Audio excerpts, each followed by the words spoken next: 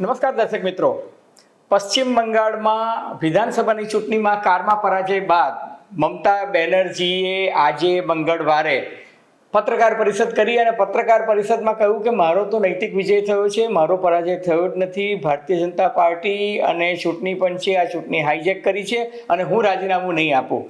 એટલે સૌથી મજાની વાત એ છે કે કોઈ એક સ્ત્રીહટ, બાળહટ અને રાજહટ, જ્યારે ત્રણ હટ ભેગી થાય ત્યારે શું થાય એ આજે મમતા બેનર્જીના ચહેરા પર દેખાતું હતું સ્પષ્ટ રીતે. પત્રકાર પરિષદમાં શરૂઆતમાં તો એમણે એવું કીધું કે હું આઝાદ પંછી છું, હવે તો હું ધારાસભા પણ હારી ગઈ છું, એટલે હવે હું કેન્દ્રની નરેન્દ્ર મોદી સરકાર સામે મોરચો માંડીશ, ઇન્ડિયા ગઠબંધનમાં ફરી પાછી સક્રિય થઈ ગઈશ.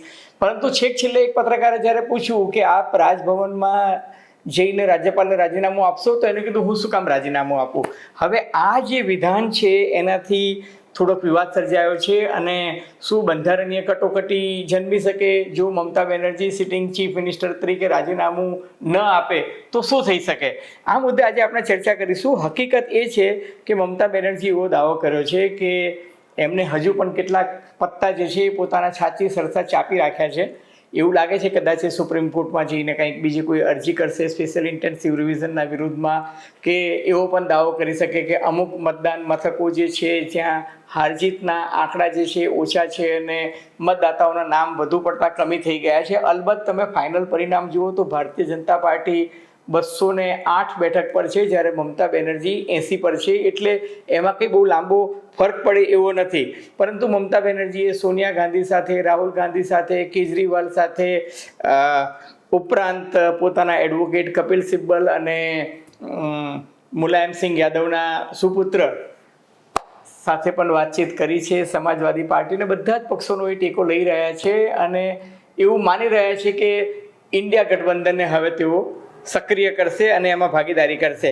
હવે એમને આજે આક્ષેપો કર્યા કે ચૂંટણી પંચે મતદાતા યાદીમાંથી જે રીતના 90 લાખથી વધુ લોકોના નામ કમી કરી નાખ્યા અને જે સ્પેશિયલ ઇન્ટેન્સિવ રિવિઝનની જે પ્રક્રિયા જે છે એ ચૂંટણી ના માત્ર 2 મહિના પહેલાં જ કરી, એને કારણે માહોલ જે છે એ બગડી ગયો. કેન્દ્ર સરકારનો અતિશય હસ્તક્ષેપ હતો, આઈપીએસ અને આઈએએસ અધિકારીઓની ટ્રાન્સફર કરી નાખી અને કેન્દ્રીય કર્મચારીઓએ ચૂંટણીનો કબજો લઈ લીધો. એટલું જ નહીં, સ્પેશિયલ ઇન્ટેન્સિવ રિવિઝનમાં ચૂન કે એમના જ મતદાતાઓને કાપી નાખ્યા અને એથી પણ આગળ કે ચૂંટણીના 48 કલાક પહેલાં એમના ટેકેદારોની ધરપકડ થઈ ગઈ. કાઉન્ટિંગ વખતે એજન્ટો જે છે એ શરૂઆતથી જ આવીને કહેવા માંડ્યા કે ભારતીય જનતા પાર્ટી 195-200 બેઠક જીતી ગઈ છે. ટૂંકમાં મમતા બેનર્જીએ ભયંકર આક્ષેપો કર્યા છે અને એ પોતાનો પરાજય સ્વીકારવા તૈયાર નથી. એવું કહે છે કે હું ચૂંટણી હારી જ નથી તો હું રાજીનામું શા માટે આપું.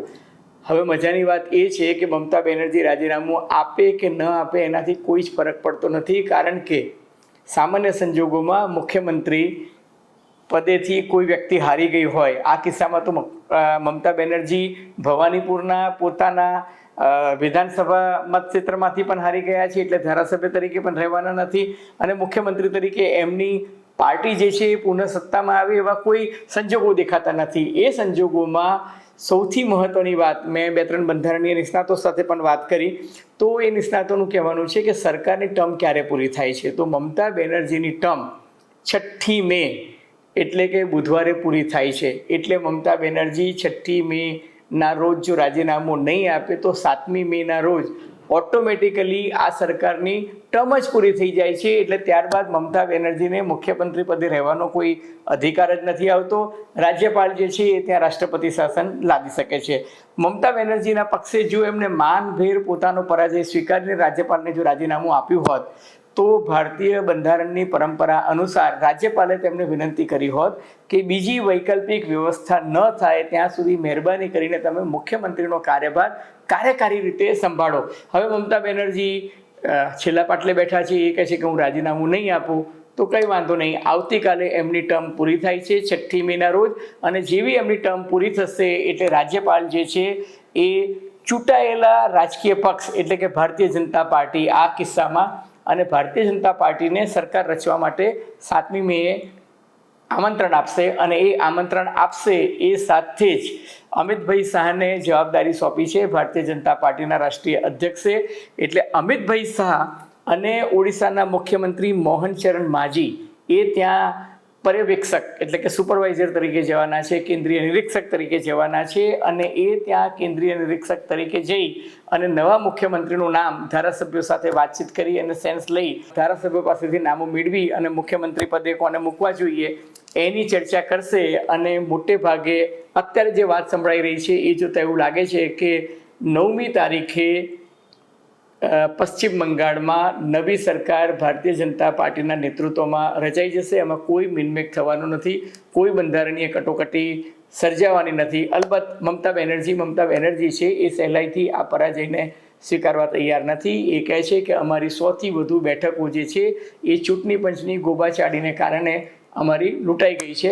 અલબત્ત લોકશાહીમાં સૌને પોતપોતાનો ઓપિનિયન અભિપ્રાય આપવાનો વાણી સ્વતંત્રતાનો અધિકાર છે. મમતા બેનર્જીએ આ જે લાગણી વ્યક્ત કરી છે, પરંતુ અંતતોગત્વા એ બાબત નિશ્ચિત છે કે મોટા ભાગે 9મી મેના રોજ પશ્ચિમ બંગાળમાં નવા મુખ્યમંત્રી ભારતીય જનતા પાર્ટીના આવી જશે. ધન્યવાદ, ખૂબ ખૂબ આભાર.